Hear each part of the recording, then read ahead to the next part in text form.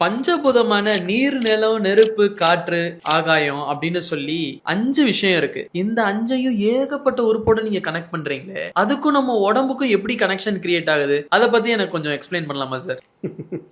இன்ஷா அல்லாஹ். இங்க பாருங்க, பொதுவான வார்த்தை கேள்விப்பட்டிருப்பீங்களா, பிரபஞ்சம் அப்படின்னு சொல்லி. இந்த பிரபஞ்சம்னா என்னன்னு யோசிச்சிருக்கீங்களா? பிரபஞ்சம்ன்ற வார்த்தை பிறப்பின் 5 அம்சங்கள்னு அர்த்தம். என்ன சார் பிறப்பின் 5 அம்சங்கள் அப்படின்னா கொஞ்சம் யோசிச்சிருக்கீங்களா? ஏன் 5 விரல் இருக்கு?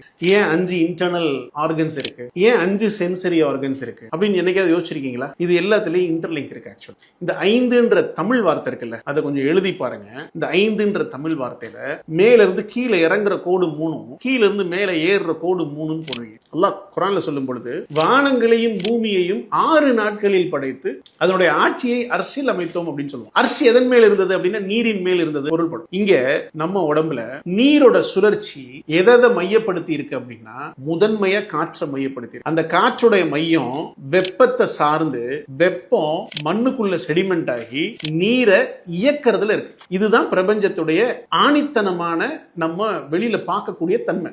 அதை நம்ம உடம்புல படிக்கணும்னா நம்ம உடம்புக்குள்ள தண்ணி அப்படின்றத எதை நீர் நிர்வாகம் செய்யக்கூடிய உறுப்புகள் அப்படின்னா அதான் தமிழ்ல சொல்றோமே சிறு நீர் அகம்னு சொல்லி, அதனால அது நீர் நிர்வாகம் செய்யக்கூடிய உறுப்பு. ஓகே, அதே மாதிரி நெருப்பு அப்படின்னா எதை அடிப்படையா கொண்டு இருக்கு அப்படின்னு பாத்தீங்கன்னா இதயம் அப்படின்றதுல நன்மை தீமையை பிரிச்சு கொடுக்கக்கூடிய ஒரு உறுப்பு தான் இதயம். அதுல அழகா சொல்றீங்களே நீங்க தான் தமிழ்ல தீ மையம் அப்படின்னு. அப்ப அந்த தீயோட மையம் எதுன்னா இதயமா இருக்கு. காற்றுடைய ஆர்கம் எது அப்படின்னா நுரையீரல்னு சொல்றோம். நுரையீரல்னா என்ன? காத்துல இருந்து தண்ணியை பிரிச்சு கொடுக்குற அப்பரேட்டஸ்னு பேரு. அதனால அதுக்கு பேரு நுரையீரல்னு பேரு. அதே மாதிரி மண்ணீரல் அப்படின்னு சொல்றீங்க. இந்த மண்ணீரல் மண்ணுடைய தொடர்புடைய அப்பரேட்டஸா இருக்கு. கல்லீரல் அப்படின்னா கல்லுக்குள் பிறக்கும் ஈரம்னு பேரு. எங்கெங்க கல்லு மழை பெஞ்சுன்னா எதுக்குங்க தென்காசியில் உள்ள குற்றாலத்துக்கு ஓடுவீங்க? எதுக்காக கொடைக்கானல் போறோம்? எதுக்காக மலை பிரதேசங்கள் போறோம்? அருவியை பார்க்கத்தானே. அந்த அருவியில எப்பங்க தண்ணி வரும்? மழை பெஞ்சா தானே. அருவியில வர்றது உப்பு தண்ணியா இனிப்பு தண்ணியாங்க? நல்ல தண்ணி தானே. அப்ப நம்ம உடம்புலையும் கல்லுக்குள்ள பிறக்கிற நீரம், அதுக்கு பேரு தான் கல்லீரல்னு பேரு.